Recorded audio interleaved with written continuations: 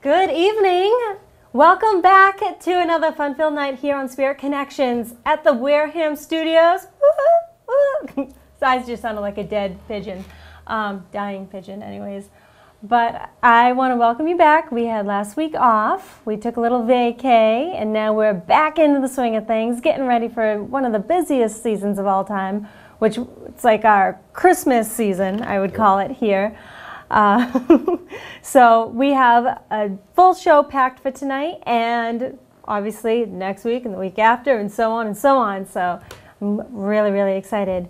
But tonight, I'd like to welcome Mr. John Brightman. How you doing? Good. How are you? Thank you for having me back. Thank you. It's been almost a year. I think the last time you were on was last November. Yeah, it was right. I think right before Christmas, you had me on talk about the Bridgewater Triangle, things like that. So, right.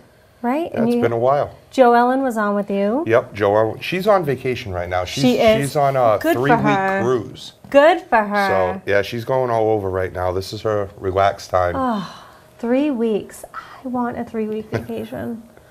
Yeah, so she's very lucky. That's awesome. A lot's happened in the year that I've had you on. Yes, a lot has gone on. I'm very, very lucky and very, very blessed. Let's talk about it. Let's just talk. It's like therapy. Let's talk about it. You know, it's been everything from getting to be part of a new management company. I dropped my old management company that I was with, joined on to Mark Tetlow and Ideal Events, and they've been great since. Hence the T-shirt. Yes. Him and his brother are phenomenal to work with. They push, you know, everybody that works with them and that they represent to all events across the country. So I can't say enough about them, and you know, they keep me busy, that's for sure. And then I started my power equipment business. I just wanted to get equipment out to people at reasonable prices versus what, you know, when I first started, I think I dumped $1,000 the first month and a half, right, just to get equipment to get going. And you know, I always thought there had to be some way to get it cheaper, because, you know, once you see a piece of equipment online, or I should say on a TV show, right, you know, you could go to Kmart or Walmart or something and buy that digital recorder for $20 before. Now that digital recorder is $100. Absolutely. So somebody in the middle is making money. So I decided, you know what, let me be that middleman, but let me keep it so it's affordable to people. So that's what I wanted to do. So I started it, and now for about 6 months, it's just taken off like crazy. We're doing wholesale for people that have other stores that can't get the equipment. So we're doing wholesale on that, and plus we're doing regular retail. I'm going to events, selling it at events, and it's good. Well, that's where I saw you first at an event selling the equipment. Yep. And I thought that was a great idea, because I remember when I first started doing this kind of stuff too, it was, okay, there's that one website. Yeah. Check out that one website. Yep. And since then, because of, like you said, the TV shows and the popularity of it, everybody wants a new piece of equipment. It's not just K2 meters anymore. No, it's not. It's everything under the sun. Mel meters. They have a brand new one that just came out. It's called the Mel Shadow Detection. So it's actually still got all the features of the original Mel, where it does a flashlight, it's got the temperature, the EMF, but it has a reader on the front that emits a light, and then you put another little light down the other end, point it back. If something crosses that beam, it emits a chime. It also detects, when that crosses that beam, temperature fluctuation or EMF fluctuation at the same time. So it's like an all-out radar. For everything, exactly. And I mean, they're coming out with the Spirit boxes, the PSB7s. Now they've even integrated those into shadow detection. So you set that on a tripod, and not only is it doing the Spirit box part of it, it's also detecting if there's shadows. Same thing, light on one end, another light on the other end.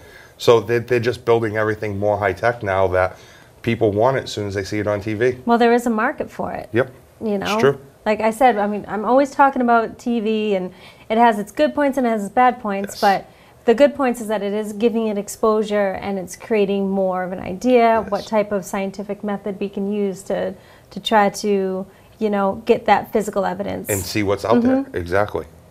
Good. So it's been a very good year. Now, how can, among other things, I know you probably have a main website, right? Yes. We have the main website, neparanormalresearch.com. They can go there, check out where we're going to be, upcoming events, see who's in the group. We have links on there to other groups we work with, friends of ours. Of course, there's links on there to the Ideal Event website. There's the link on there to my other site, which is paraequipment.com, and that's all for the equipment. And then we also have another website that my friend Craig does that's part of the group. It's called NEPR Haunted History. And it's basically just a website dedicated to any place we've investigated, any place we want to investigate, or anything paranormally related, and some weird stories on the sides. You know, he's done stories about the Gunther Hotel down in Texas. Supposedly a couple of guys got shot in there and their spirits are still there. He just went online, Googled it, and wrote his own story up about the place. And he gets astronomical hits. He's averaging 500 to 1,000 hits a day. Oh my gosh. Just because of the stories that are on there. But I think that's great because it's that common bond where people are like, oh, you know what? I wonder if this place is haunted, or, you know, I've heard stories. Let me just check it out. And if they're familiar with your site, which is NEAPR.com, well, did I say it right? Nope, NEParanormalresearch.com. I always try to. Yep. Yeah, and I always. So, yeah. But yeah, I mean, they can go on there, check out anything, and of course, like I said, on all the websites, they're all linked together, and then they also link to other websites that you can find stuff out about us. And that's what makes you different than a lot of groups. I know there are some groups now that are trying to start to sell, pieces of equipment and so forth. But I feel like you guys were one of the original groups that really started with the T-shirts, with the... We were. I mean, a lot of groups had T-shirts, and I'll never take that away from them. It's a great way to market their group and promote themselves. But it was just, you know, I figured if I'm going to be at these events and people are going to come sit down and talk to me and ask me questions, why not show them the things that they need, the tools that they need to investigate, and be able to give them the prices that they need. You know, there's other places out there that you can go, and I'm friends with one of them. I buy stuff from him, he buys stuff from me that he can't get and that I can't get, and we trade off like that. But, you know, he was one of the original ones that came out, and unfortunately his prices are a little higher on certain things, and that's fine. I mean, that's just the way it is, but that's where I kind of learned, you know, from buying from people like that, that I wanted to help everybody out and try to bring the prices back down to a normal level so people can afford. And that's good, especially in this economy. Yes, yes. You know? But yeah, I don't see it hurting. It's funny. The events that I go to and I'm at, some of them are expensive events, you know, 150 per person, 250 per person, and sold out every time. So I don't think the economy's hurting. I think the people are actually enjoying going to these events. Well, and I'm going to use this term, exactly, I'm going to use this term lightly. It's a form of entertainment, okay? And you get the hands-on. I mean, I've worked with the guys that do the legend trips, you know, and you're someone who's used to maybe watching these shows, but they don't really know of a place to go to. So it's meeting like-minded people, going to these events, being able to ask all the questions you want, meet the people like yourself, and, you know, maybe purchase whatever, equipment, T-shirt from us or even from them. Like, we just did one a couple of months, well, not even a month ago, but it was a great event. It was at Fort Mifflin down in Pennsylvania. Oh, I've never been there. I want to. And it was just a great event. It was John Zaffis, Bruce Tango, Steve, and Dave Tango, Amy Bruni, and then us. And sold out, 150 people, and they got to work in groups of about 20. Would rotate from 6 different locations. Oh, I'm sorry, and Dustin was there. I forgot about that. He got stuck in a little closet for a little while. But he was there, and it was just a great event. You know, I didn't hear one complaint. You always get those people that they want to go there to investigate. And you're always going to have that. But they got to realize that these things, like you said, they're meant for entertainment purposes. Right. They're meant to go there so people that are fans of Steve and Tango and whoever can go there, shake their hand, get to listen to them and talk to them, and see what their average everyday life is like that you don't really get to do. Right. So it's more of an entertainment purpose. You know, every once in a while you might get one person that, oh, can you be quiet? You know, blah blah blah. Like we were just on the USS Salem. There was a couple of people that said that, and I understand they paid that money to be there, but you got to realize the bigger picture is all these people are going to shake hands with these people. Right. And that's what it's there for. It's not solely there just as an investigation. Exactly. And I'm glad that you brought that up because it's true. And the events are great to get the hands on, but at the same time, it is for entertainment where, you know, in most cases there's a lecture involved, there's a dinner involved. Again, you get the meet and greet and you get to ask your questions that maybe you've been, you know, wanting to know the answers to, you know. So it's great. But as far as like your own personal investigation, it might not be that successful because most of these places have smaller quarters and you're fitting 20 people in a bathroom-sized quarter, you know, so noise pollution and so forth. But at the same time, it's such a catch-22 because at the same time, I think it's a great opportunity to be able to, you know,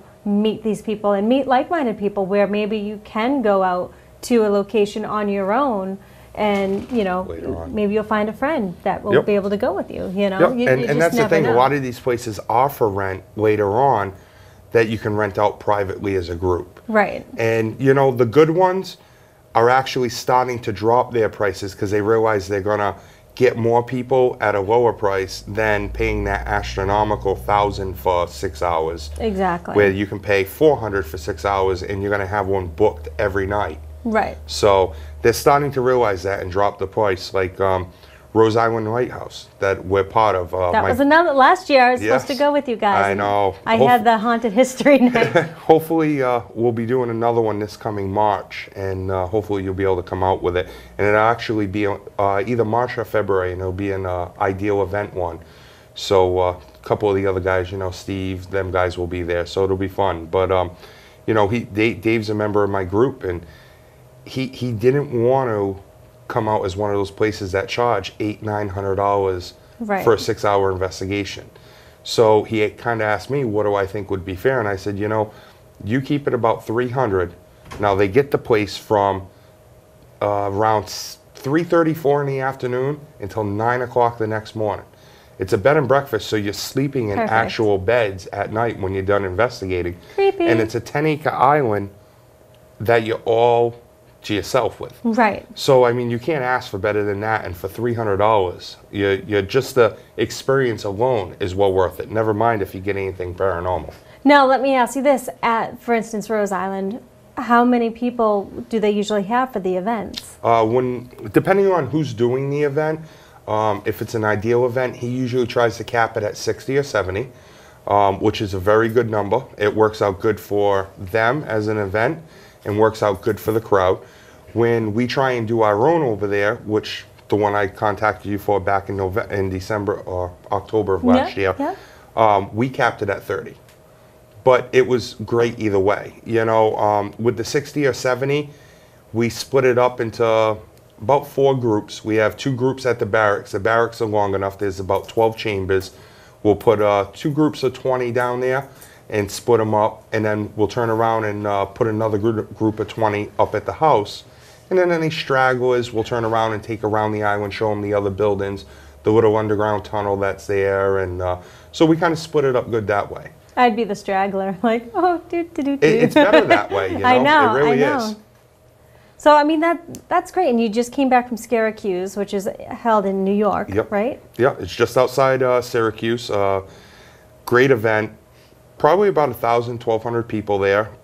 Some really, really big names were up there this time. They had Kane Hodder was up there from Jason, Friday the 13th. Derek Mears, who played Jason, was up there. Great guy.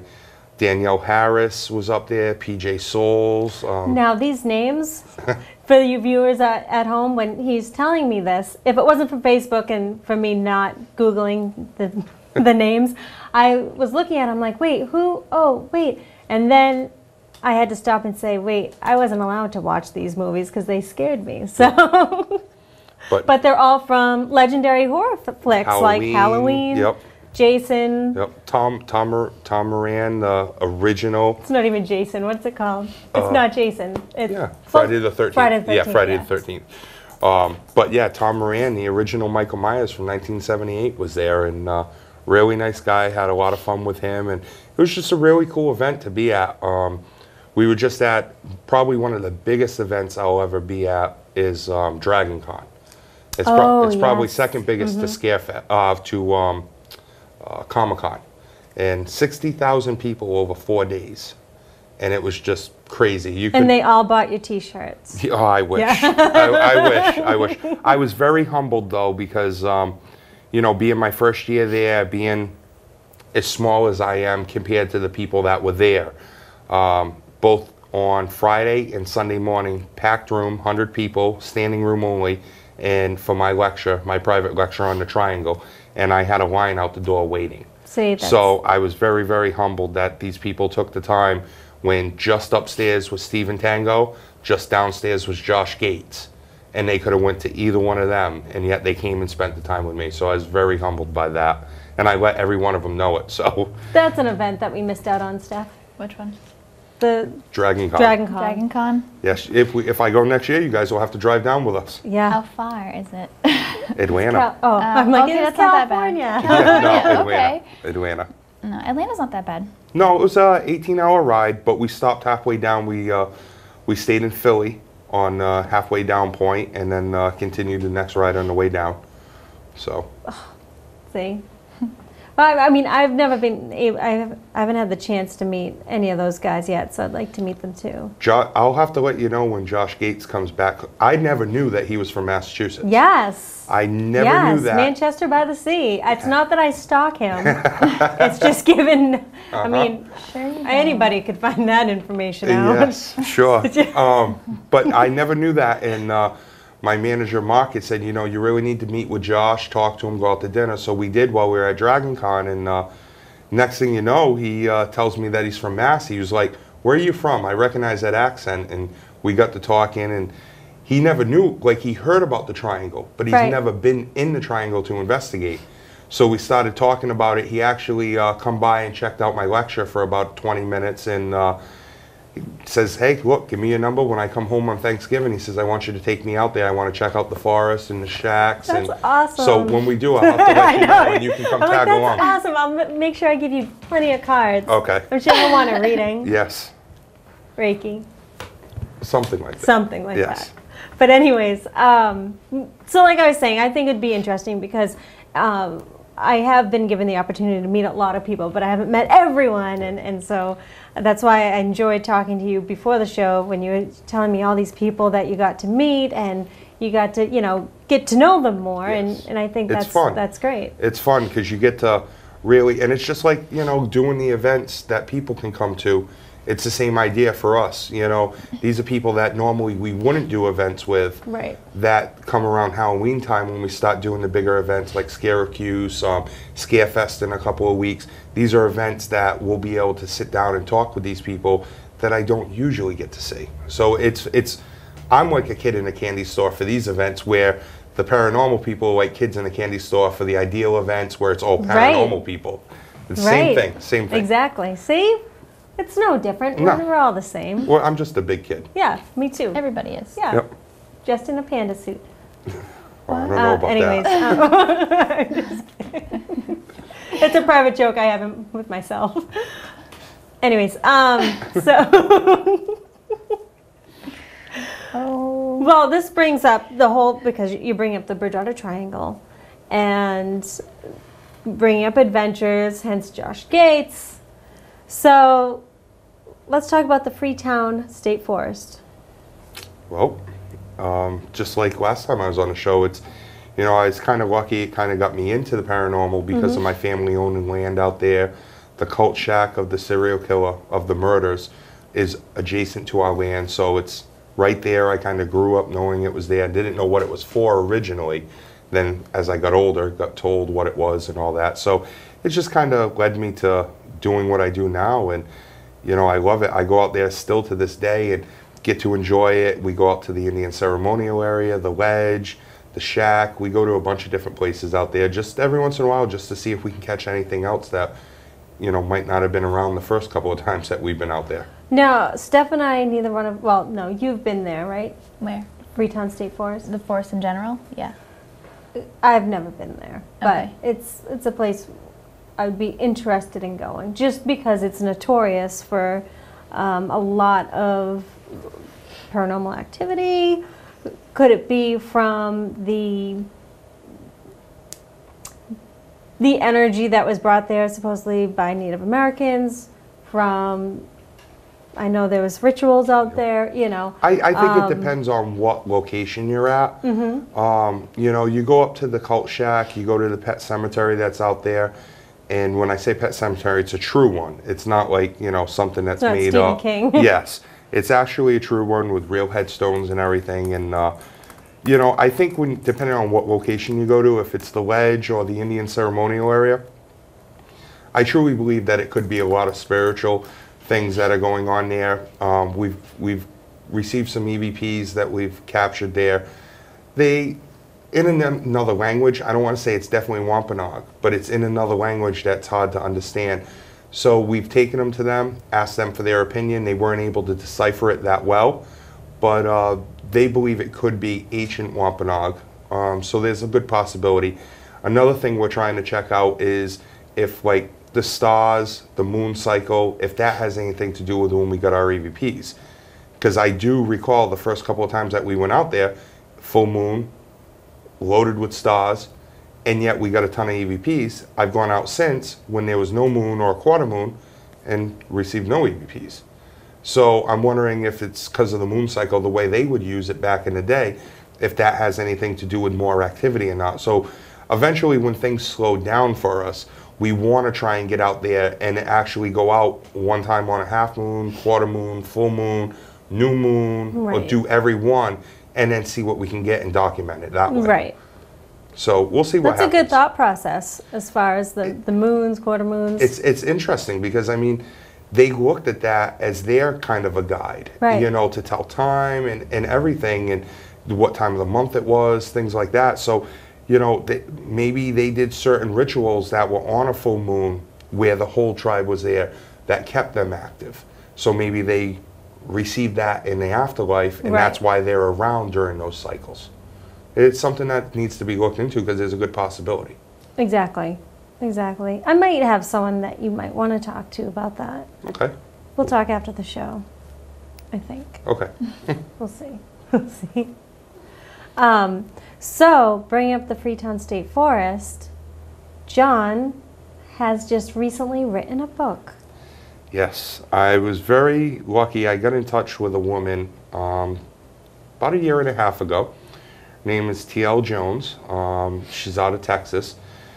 I met her at a convention. We kind of did some talking back and forth, and she's a great person. You know, I said to her, look, I'm trying to do a book. This is what it's about. Check it out. She just happened that night that I said that to her, they were showing some special on TV about the Carl Drew murders. And it was one of those behind the scenes type shows, and you know, different detectives talking. So she was really into it. And we sat there for a couple days talking, and she didn't want to read Mortal Remains, but she went out and bought it anyways. And we didn't want to copy what was in Mortal Remains. We didn't want to copy like Chris Bonzano's book, Dark Woods. We didn't want to do that. We wanted to do something different. So we were going to kind of tell all the folklore of the forest, of all the stories that I've heard, things like that, and then just tell about the murders. And it just wasn't going the right way. And then that's when she came to me one day and says, look, how about we do fiction meets nonfiction and kind of tell a whole new story about your group investigating, a new serial killer's loose, doing rituals. But in the process, you know, we'll explain little things, the urban legends of the Lady in White of the Ledge, the phantom fires that people see, the mad trucker on Copacut Road, or, you know, certain urban legends, and then tell a little bit about the original cult murders too. And my eyes just opened wide up. I was like, that's perfect, because now we're going to get both aspects to keep people enticed into the book too, and keep them wanting more. And I know I had sent some over for you to read. Right, and, which I did. And I was just kind of thrown back by it, the way she just ran with it. And it's finally done, and it should be released October 1st, we're hoping. We're just waiting on Vinny to turn around and do some artwork for the cover. The picture's already done. We just got to add, you know, the title and all that. It's going to be called Dark Gift, and it's very good. The killer goes after a couple of our group members, captures them. Not in real life. This is a book. Yes, this is a book. But they go after them, and they hold them hostage, and without giving the ending away. But it's a very good book, and she's already started the prequel to this book. So there's going to be a what led into doing this book type of thing about our house that I live in now. So it'll be interesting. I think that's great too, because it is loosely, I'll say it's loosely based. Yes. You know, it is. Yep. And there's extra in the book. So it's not just like hardcore killing. Yes. So and I hate even talking about it like that, but it gets you involved. It gets you wanting to have like when you go watch the movie Halloween, Yep. you know, you fall in love with Jamie Lee Curtis, and you know, you want to learn about her and about the story behind the book, the movie, and that's what this kind of is. You learn more about what's the history of the forest, but it's also intertwined with a good suspense that keeps you wanting to read more of the book. Right. So. Exactly. So that's big news for you. Yes, I'm very excited. I have a ton of people asking when is it going to be out for sure. We were hoping to have it out for Dragon Con, Scarefest, some of the bigger events that's gone by and coming up. It was just how all that book stuff goes. Right. You know, getting the numbers right for the put out for e-readers, getting the numbers right for hardcover and softcover, all that behind it, getting it copyrighted so nobody can steal it. All that good stuff just takes some time. So it finally got done. It's been proofread, and so hopefully within the next week it'll be going to the printers, and then we can have our first copy in 2 weeks. Oh, that'd be perfect. Right before the spooky season. And of course we got the event coming up at Rock and Shock, and don't know if I'm going to have my own per se booth there. I was told by Mr. Derek Mears today, as a matter of fact. He says, you know, I want to see you up there. Let's go out to dinner.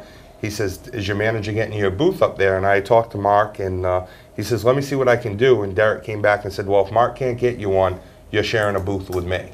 Awesome. So it's, now, Derek Mears is? Friday the 13th, Jason in 11 and 12. Okay. So Bussy also played Predator. He was in, he was the actual beast in Predator. Plus he's done Pirates of the Caribbean, Men in Black, so he's been around for a little while. I dress up in a green suit and play Predator too when I'm here. Just kidding, awkward. So now what is this event called?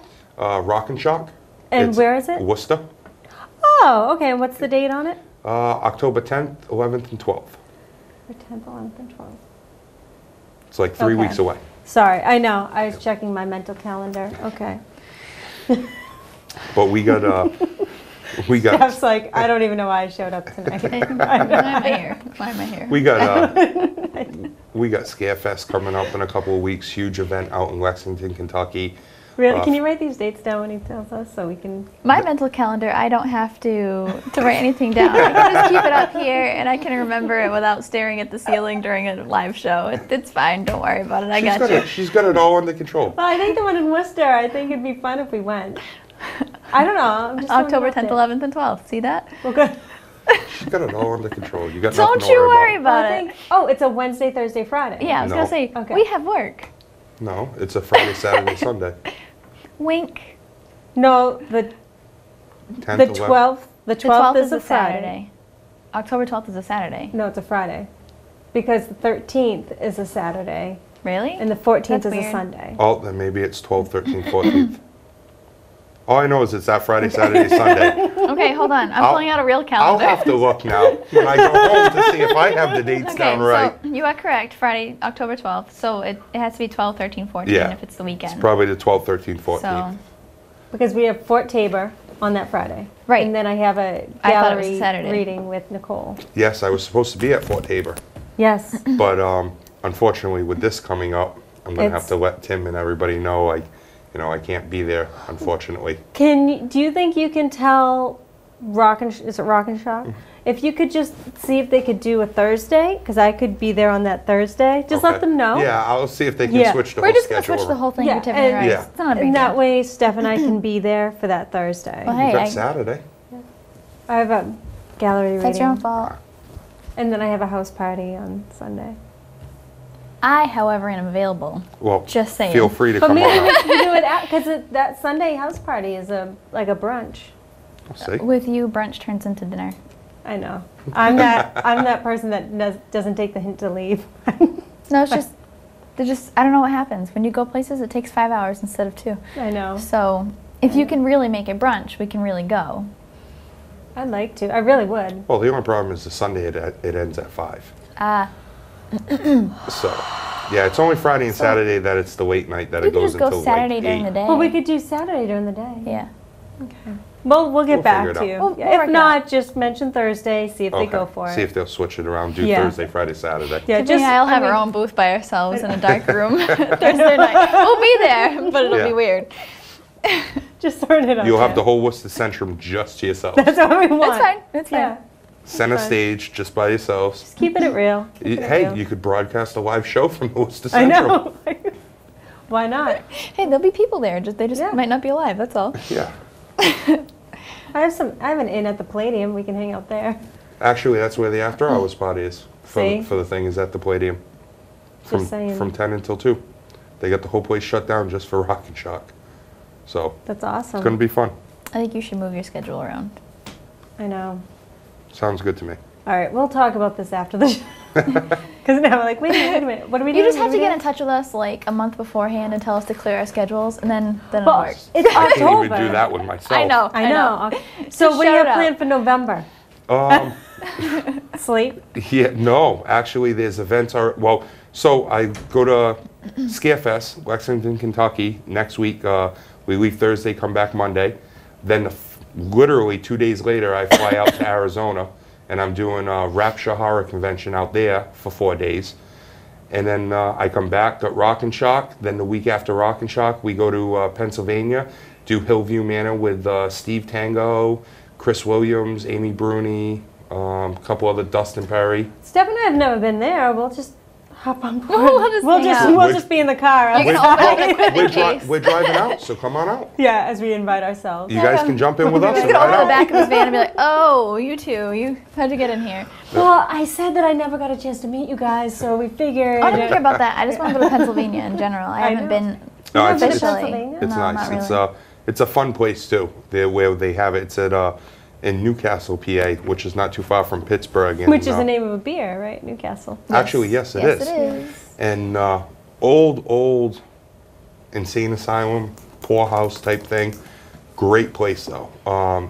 We've gotten some good EVPs, even with a full event going on. We had separated and went in a smaller group of about 8.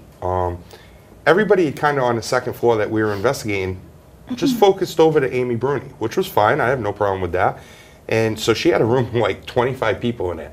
Well, there was like 7 of us that were like, well, let's go over to the other wing by ourselves. And we headed over there, and all of a sudden we saw shadow figures moving at the end of the hallway. So we set up the laser grid, and you could see them moving back and forth. And we were like, can you come closer and come talk to us? And just as Amy come around the corner with like 3 people, she heard it with her own ears, her recorder caught it, we heard it with the real-time recorders, this god-awful scream like if somebody was being killed. We all ran to windows to look to see if something had happened because it was so loud, people were hearing it with their own ears. And nothing was outside, nobody could have did it, it was just a great EVP. And yeah, so that goes to show you, I mean, even with 120 people there, we were still able to get good EVPs like that. And what weekend is that? October 20th. We can't do that date. No, we can't. Then I actually have the weekend of Halloween off. Isn't it I feel like a lot of people do. Yes. I'm doing a fundraiser that Friday night. I think the people finally 26th. learned not to book anything on Halloween weekend. That's the issue, because this is the first year in like 5 years that nothing's going on. No, everybody like people like Yeah. yourselves and other people that are. You should just have a big just like Halloween you. party. There's Yeah. nothing, there's like hardly any events going on that weekend. I was surprised. It's funny because I'm expecting to hear this like, oh my gosh, you have to come here or you have to do this, and it's Nothing. like, Nothing. no, nothing's going on. And then November, it's kind of quiet for us. We got one event up at the Spalding Inn that Jay and Grant own. Yep. With Jay himself, Britt will be there, and then NEPR will be there. And then for some reason, I know there's something else in November. I can't think of it, but there's something else. If somebody's in the chat room from the group, I'm sure they'll pop it in there. But for some reason, I want to say there's something like the 2nd and 3rd of November or somewhere in there. Well, that's the first weekend. Yeah, so there's got to be something in there. But other than that, then it's finally calmed down till January. See, I'm just so excited. It's been a long time since we've done, like, you're talking about the laser grid and everything, and I'm getting all excited because I just feel like it's been, I mean, Steph and I do the walkthroughs a lot, but doing a walkthrough is totally different in the sense of a investigation. Yeah, we haven't done like a real investigation in a long time. Right. Well, I called you guys to come help us out because we needed somebody. I was at a wedding. In all fairness, I was called at 10 o'clock at night. I know. I know. So I wanted to jump off my couch as fast as I could and go out the door. And I looked at my husband and I said, I love you, and this is the first time I've seen you in weeks, but I kind of want to go to Fall River right now. And he was like, all right, go ahead. I'm like, but it's 10 o'clock at night. I don't even know where I'm going. And he's like... It was a fun investigation. We got some good things that happened. The one thing we didn't catch on footage that we so wish we would, but why would you think to point... So, all right, so this whole place, it's, just to give you a rundown, it's an old firehouse with an actual police station attached to it. Now it's being used, the fire side is being used as a museum for the fire department. The other side of the police station is being used for the Animal Rescue League, and or the dog catcher, okay? So that's where their office is. Now I know where it is. You know exactly what I'm talking about, right? Exactly where it is. So supposedly there's rumors of Lizzie Borden being there, but all the firefighters that have been there, and we have a couple in our family that were stationed there. Vinny has his father-in-law who was stationed there. They've all reported hearing what sounded like pool balls rolling across the 3rd floor upstairs, footsteps up there talking, doors opening and shutting, people saying when they slept there, firefighters slept there, they saw figures standing over them, different things like that. So now that it's closed, they were like, can we get you to come in and check it out? So we did. He goes to shut all the power off for us, and of course we're hooked up our DVR system. It killed the DVR, so we had to leave the police side basement on. Other than that, everything was killed. So one light was on in the basement just so we could see the stairs, and the only way to turn this light on and off is to untwist it. So it's one of those big spear bulbs. Right, right. And so we turn it off. We go about investigating. It was just about time I called you, about 9:30, 10. We were breaking for go get something to eat, and we come back, and Dave from Rose Island, who's part of my group, goes down into the basement and calls me on a two-way radio and says, John, did anybody go downstairs? And I said, the only one that was here was the guy from the fire department. So I asked him. He says, no, I never went in. And of course, I could check it out because the only way up and down there was past the camera. So we would have seen him walk at least past the camera if somebody did. I go, why? He's like, the bulb's on. So it had to be twisted. So I said, well, how much did you twist it? And he says, I had to twist it 4 turns to shut it off. So, of course, now it's on. I want to check it. So I go and look, and it's as tight as it can be. Right. So it wasn't like it was a little loose and tightened itself. It was tight as it could be. And when I twisted it to shut it off, it went 4 or 5 turns before it would shut off. We don't know who turned it on. Something turned it on. But, of course, our camera wasn't pointed up the stairs. Right. You know, the one time that something like that happens, we happen to miss it with the camera, you know. It's always like that.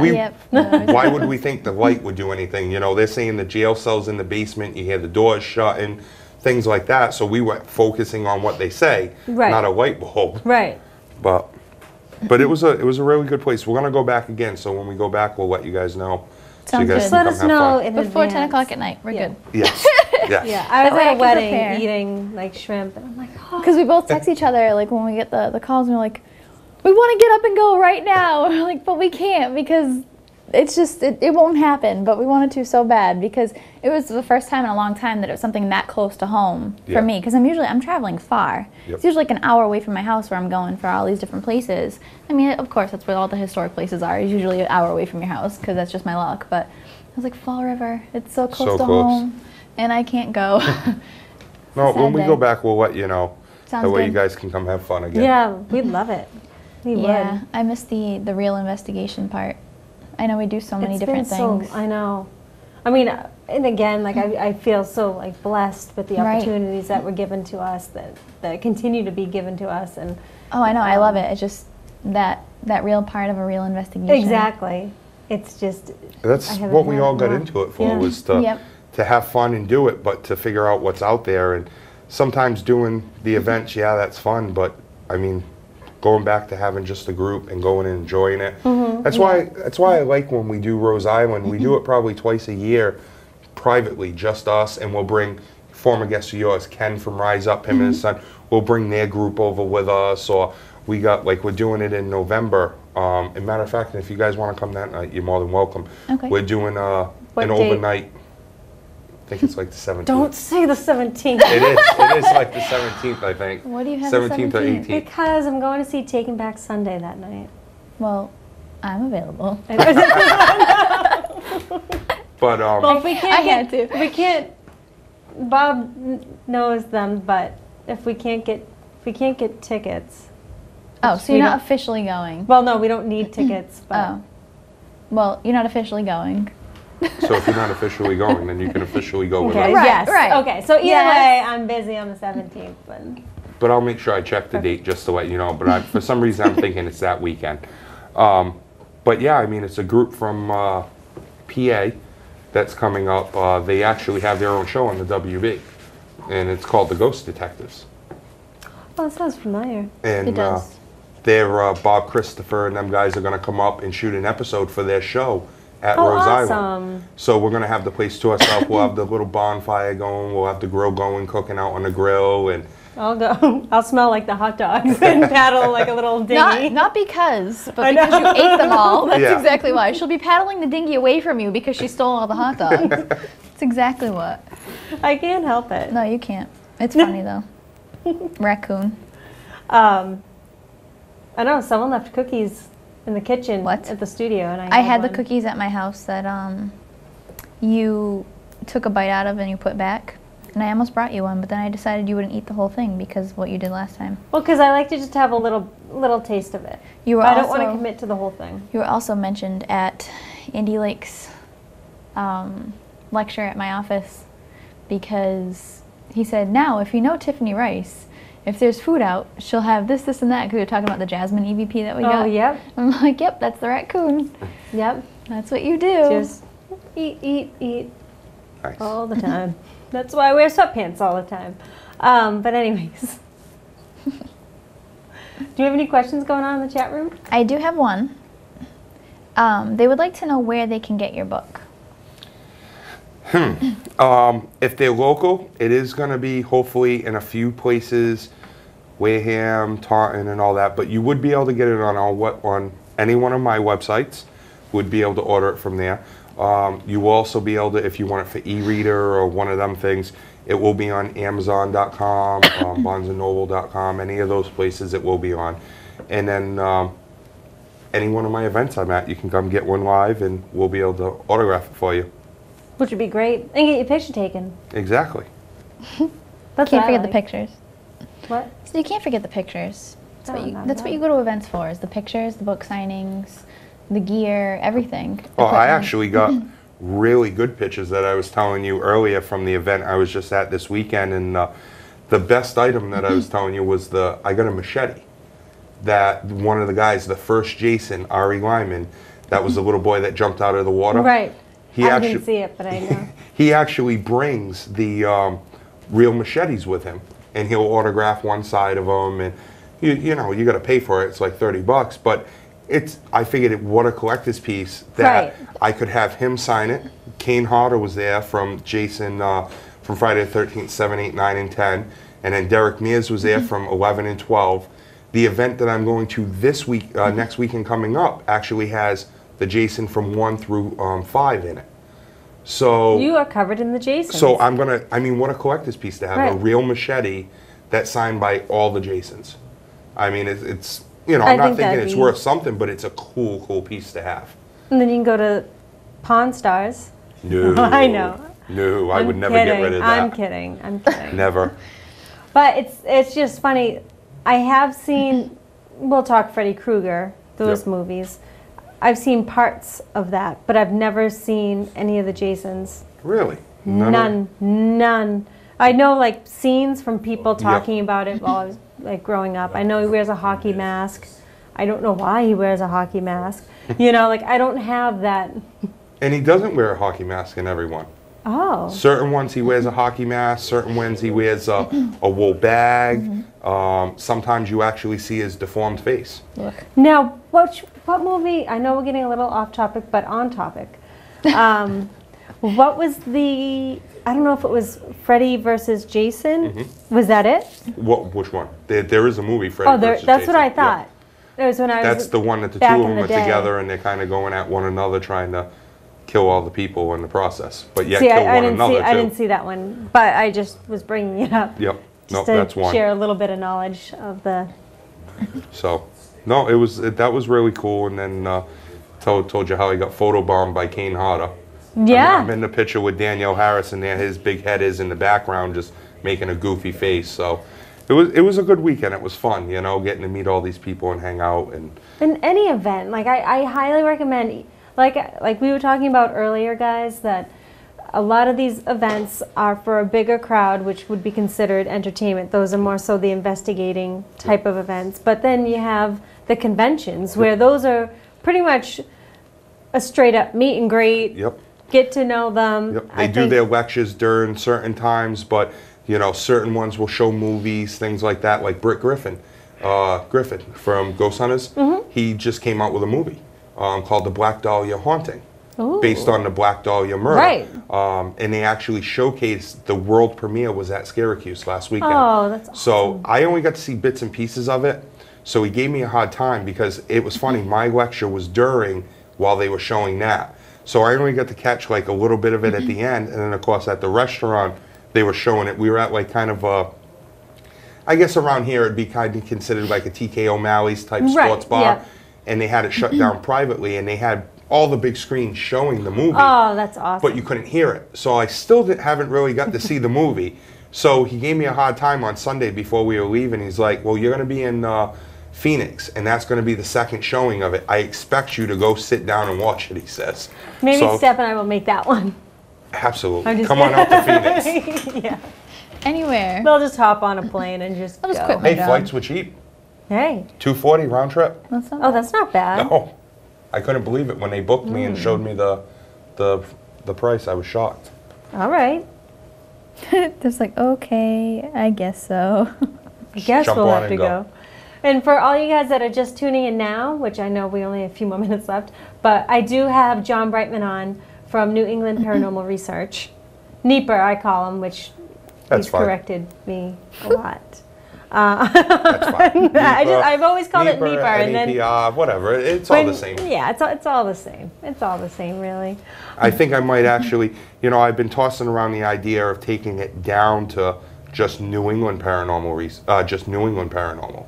Yeah. Because, well, it was taken for the longest time by Steve Gonzalez. Yeah. But he's now closed his group down. So to kind of shorten it, I was thinking about doing that, but everybody knows us as New England Paranormal Research. What if you did like New England Paranormal Squared? It's kind of like it's the second time around. First maybe. time, one half. Maybe that might work. That doesn't know. That doesn't know. That's not I catching. was going to say, maybe not the squared. I'm not feeling the squared. I might still just grab the website though. You know, that way I have that locked up too, and that way if people went looking for his old site, they'd get redirected to us anyways. Exactly. Now, do you have your events put on your website too? Yes, yes, they're posted on. So Rock and Shock? All of them. Well, Rock and Shock isn't posted yet because it isn't confirmed that I'm going to have my own booth. I've only been told that I might be sharing a booth with somebody. So I'm waiting to hear. Once I hear, it'll be on there. And if I get told that I'm not having my own booth and I am sharing with Derek, then that will be posted, that I'll be on there. But as soon as I find out which way it's going, then I'll be posting it. But other than that, all the events I just mentioned, and plus there's like 4 events for next year already that we're booked at, all the way out until June, that posted on the website. So you'll be able to check those out. I think that's wonderful that you're doing. It's very, very busy. Now, let me ask you this one question. What do you think your purpose was as far as, you know, you become this investigator And what was your purpose as far as taking that next step to, you know, selling the T-shirts, selling the equipment? Was it, do you think, I'll let you answer. I know what you're saying, and I think I do. I think that my purpose was, you know, a lot of people are going to be like, oh, it was to get on TV. It's not. I think my purpose was, you know, solely because I saw the price of equipment. It was more for me to just get out there and sell the equipment and be able to help other teams, and just even friends that want to go out and try investigating and not even be a part of the team can afford to get the K2 cheaper than, you know, the people that are price marking it up. Right. So I really think that that was more of the sole purpose for me going farther with it than it was anything else. Everything else is just extra excitement for me. Well, I always ask, because I always talk about the reality TV aspect of things, and I do feel, and whether you agree with me or not, I do feel like there are a lot of groups out there that are in it just for that chance of that reality TV. It's for the wrong reasons. It is. You know, I don't get me wrong. I mean, you know as well as I do, and probably a lot of people watching know, I've been on a few different shows. I've been on My Ghost Story. I've been on Travel Channel's World's Most Scariest Places. That's great. It kind of helps promote the equipment. And don't get me wrong. If for some reason Taps came knocking on my door and said, hey, we want you on, you think I'm going to turn it down? No. Right. Who would? But that isn't the sole purpose I got into this for. But you're right, there are groups out there that did do that. And they're out there just trying to get on that next show. Exactly. To try and get famous and say, hey, look, I was on TV. Exactly. And I mean, and I think that that's another thing too, is that, you know, you and I have talked about it recently, about the whole reality TV show. And I think there are some shows, I won't say all because I'm not knowledgeable about all of them, but for some of them, you know, I think sometimes producers kind of get too involved and it becomes producer TV instead of reality TV. Yep. No, you're absolutely right. There's certain ones that we're on that were, like, and certain ones that are on now that are produced TV. I mean, and I ain't afraid to say it, Paranormal Witness. There's one right there. I mean, that is strictly for entertainment, produced for TV. But then there's other ones that show the investigation, but they fine tweak little things here and there just for the entertainment purpose. And then there's some that don't at all and just let it run with what it is. So you got to take, the whole thing with TV is you got to take it for what it's worth. Right. It's there for an entertainment purpose, but it's also there to show you in a good way for these people to show that there could be something out there more than what all of us believe. Right. Exactly. And that's the purpose of Spirit Connections, is that to, you know, hopefully one of you guys at home is sitting there and you're like, wait a minute, I think they have a point, you know, instead of just saying, oh, this is black, this is white. Like, there's that gray area that sometimes we just don't bring up, you know, or we don't acknowledge, I guess would be a better terminology for it. It'll be interesting to see what you guys get at Fort Table. I'm curious. I've never been there before. I remember going when I was young, like 16, 17, with friends to hang out, and we snuck into the tunnels there. And we heard some crazy stuff, but again, I wasn't there for that purpose to investigate. I was there as a kid just sneaking in, trying to scare my friends. Right. So it'll be interesting to see what, you know, you guys actually get that night and see if anything comes out of it, EVPs, things like that. Well, and plus being the first group ever allowed inside the fort itself. Usually that's boarded up and locked up, but I was told by Tim that you guys will be allowed into the first floor of the fort. I can't wait. So it's going to be fun. Yeah. So I'm sad I'm going to miss it, but I know. But you know what though? There's going to be, and I think October is just such a crazy month, and I'm usually booked like way far out for October, you know. Who knows? We were talking earlier that there's nothing going on the last weekend of October. I could possibly get into my head to throw an event at Rose Island if it's available one of the nights. So who knows? You guys might be coming out for Halloween to Rose Island. Well, like I think Steph had a good idea too. Like we should just have a party and have everybody. And that's like, what I'm saying. Instead of doing like an event, just have it be all of us. And that's what that one turned out to be in October last year at Rose Island. The first we got everybody over there. We cooked food for everybody. We kept it affordable so people could have fun too. That was the other thing. It was like, if you weren't sleeping over, it was $40. If you slept over, it was $70. Yep. And that came with food and not only investigation, but we brought Aaron Houdini out, the only living Houdini that's left, and he did a full-on act of straight jacket, did all sorts of other tricks and stuff for people. I still have to see him in action. He's great. He's absolutely great. And I think we started investigating by 9, and by 11:30, quarter of 12, nobody was investigating no more. We were all sitting down by the bonfire, drinking soda, having chips. His wife, Aaron's wife, actually brought marshmallows to make s'mores with. Perfect. And See, this is my kind of night. Just hanging by so midnight, excited. just hanging out, talking. And I think the last people that stayed, that went out before going over on the boat, the people that slept there, we were up until about 4 in the morning just talking. I love it. So we had a blast, I love it. Any last questions? Yep. How does the full moon influence mediumship or paranormal activity in general? Well, if you want to take the first part I with was the sorry you. all right, with the paranormal, as far as I know, it's never been actually documented. But that's one thing we were talking about earlier with the Indians. I think, we could turn around and learn a lot from it if we can get somebody that actually can do a full-on study of different locations, not just the Indians, but different locations in general. If we were to take some people and stick them in, for instance, Fort Tabor, and do every type of cycle there is for the moon. Same thing with other locations. You'd have to. You'd have to do a full cycle to be able to explain that. But there is supposedly some reasoning behind it that the full moon, just like people say full moons bring out all the nuts around here, the way they drive and stuff, I think it could obviously be some kind of active thing that brings spirits out possibly. And I'm going to say you should check out my friend Robin Curtin, who does I've had her on quite a few times with all the moons and the She's an astrologist. Yeah.